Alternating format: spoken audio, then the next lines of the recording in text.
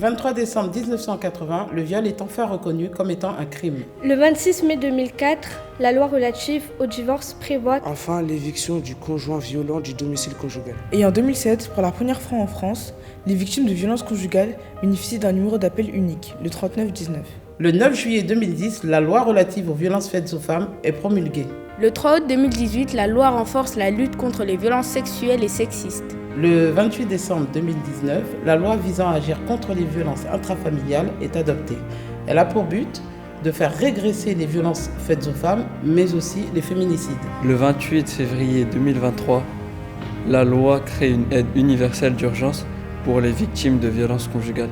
Et pourtant, en 2022, ce sont 118 femmes qui ont été tuées par leur conjoint ou leur ex-conjoint. 83% des victimes de violences intrafamiliales sont des femmes. 93 000 femmes déclarent avoir été victimes de viol ou de tentatives de viol.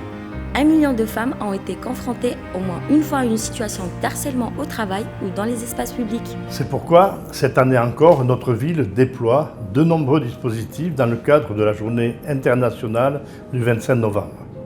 Nous renouvelons le déploiement du violentomètre dans les boulangeries et les pharmacies de notre ville.